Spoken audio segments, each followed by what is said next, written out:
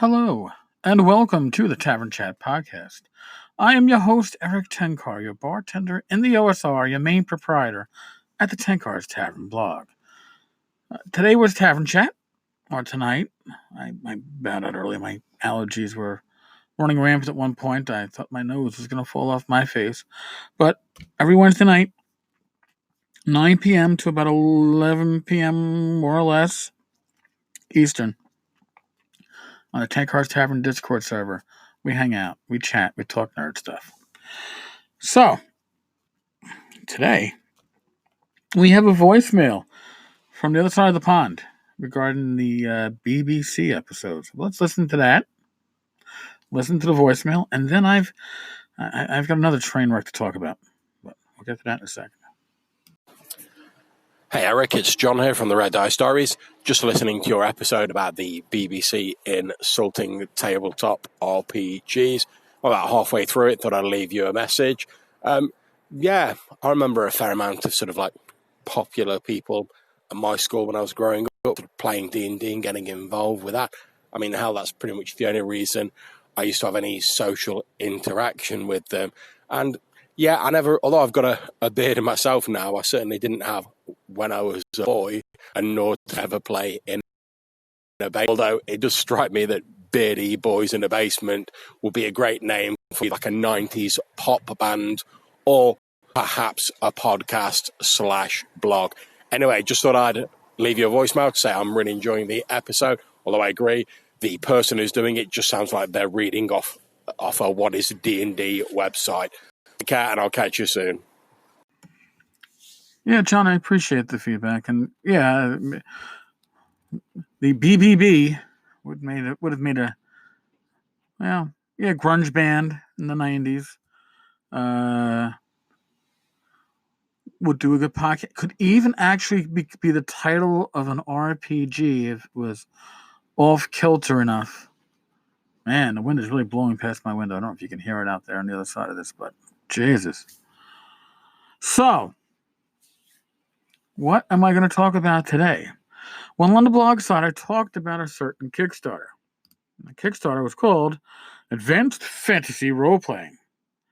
And I point out a lot of things that this Kickstarter does wrong. But not only that, it drove a lot of conversation on Facebook, on MeWe, and even in the comment section on the blog. But I thought, you know what?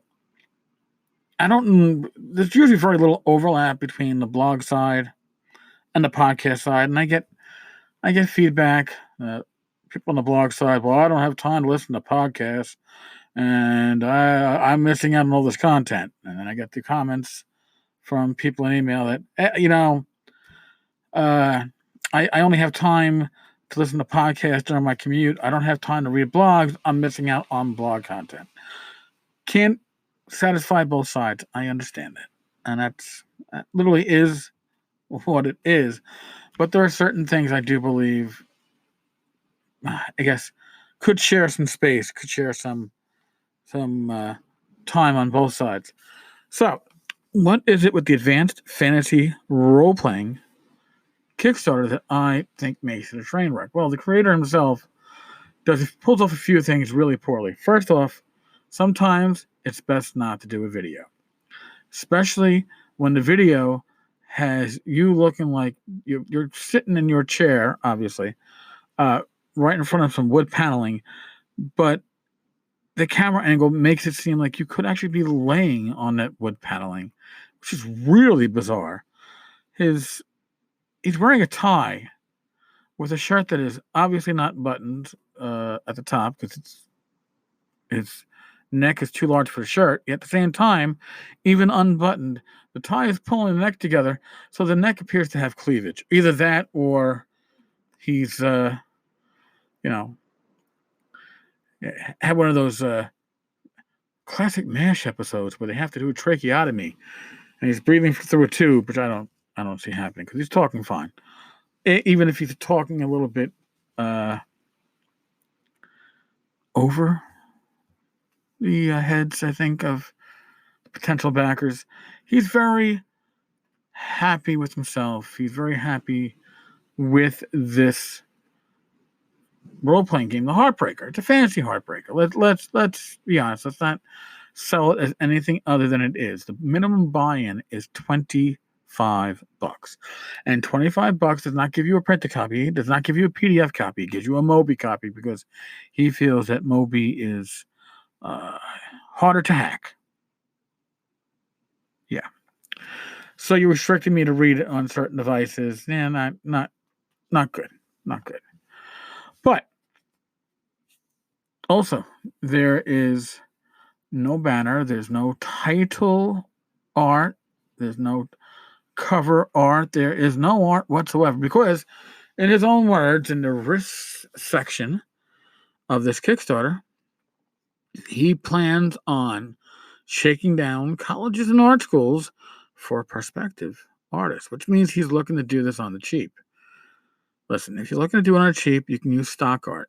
That's fine. Or go to DeviantArt and work your personality magic to get art either at low or even free rates. Wenger, who has put out some beautifully looking products for the OSR. I don't necessarily appreciate everything that he's done, but the artwork, even if it's not my style of art, is certainly high-end artwork, and he does it for little to nothing in cost because he goes to DeviantArt and he reaches out to people. And yes, and Wenger is somebody who can get people exposure. His products do sell. He's going to get exposure for the artist. I don't believe that the Advanced Fantasy Role-Playing Kickstarter is going to get anybody any kind of exposure, because it's not going to fund. Let's just fucking be honest there, too. What else is wrong? Well, he's not going to show you any of the rules because he doesn't want to risk exposing his rules to potential backers for fear they may steal. That's right. His system is so unique, never been done before. He's worried that people might steal it before he publishes it.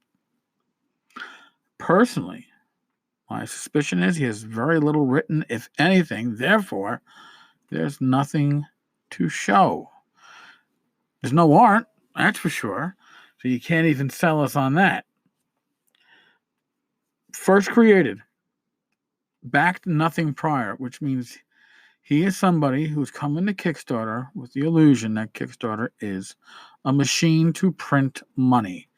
I've got an idea and you should back me. Now, here's the other issue with the I have an idea, you should back me. He's arguing with his backers. I'm not kidding. Okay,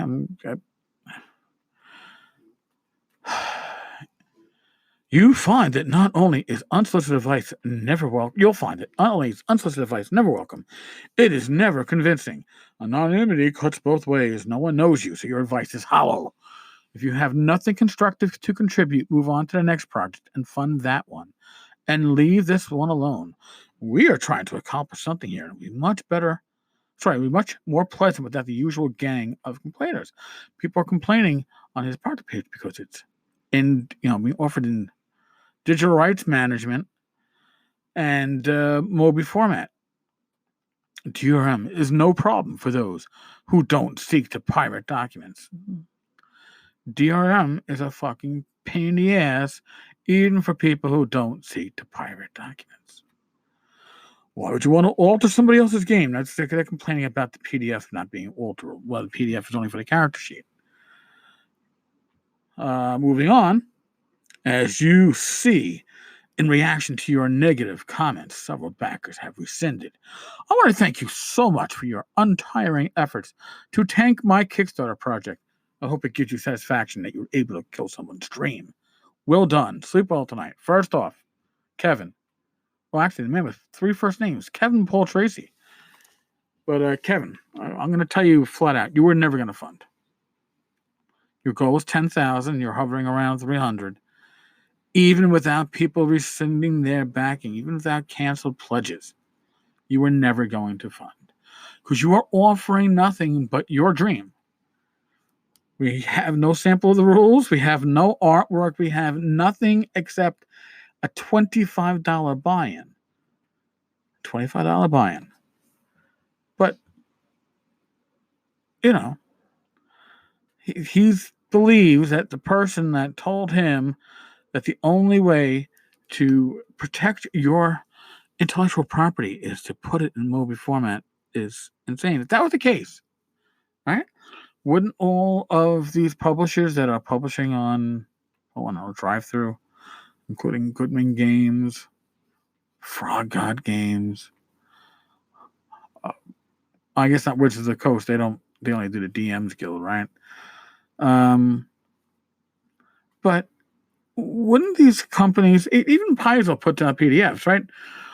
Why would these companies not be, moving to Moby if Moby was such a safer environment? Because it isn't, dude. It isn't. And talking down to your backers, arguing with people who could be the ones that are actually funding your project is not the way to go. So that's this bag of shit. I was gonna say bag of poop, but no. This rises to bag of shit. And this is gonna be one of those Kickstarters where I'm gonna point people to and say, this is how not to do it. Sometimes no video is better than a boring ass video where you're preaching to your audience and your neck cleavage becomes a distraction. I swear to God, I couldn't watch the video because I kept on waiting for the next positioning of the neck cleavage. I never knew neck cleavage was a thing until I actually put the phrase together. Maybe it has been. Yeah, I doubt I'm the first person to talk about neck cleavage, but holy shit. All right, folks. On that note, I'm going to bid thee adieu. As always, if you enjoy the podcast, if you listen on iTunes, because apparently the only place that anybody ever goes to see a rating or ranking or review of a podcast is on iTunes. This is coming from a Mac user. I don't understand how iTunes got such a large percent of the market. But in any case, if you're on iTunes, I'd really appreciate it if you could leave us a ranking, leave us a review, whatever you want to do. And if it's nothing, that's fine too. As always, folks, we love your voicemails. I love your voicemails. My listeners like them too.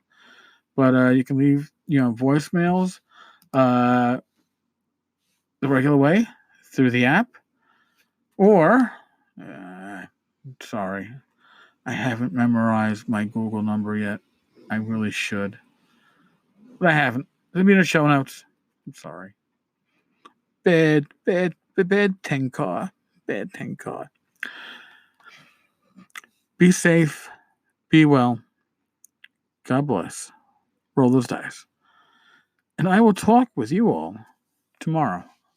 Later, folks.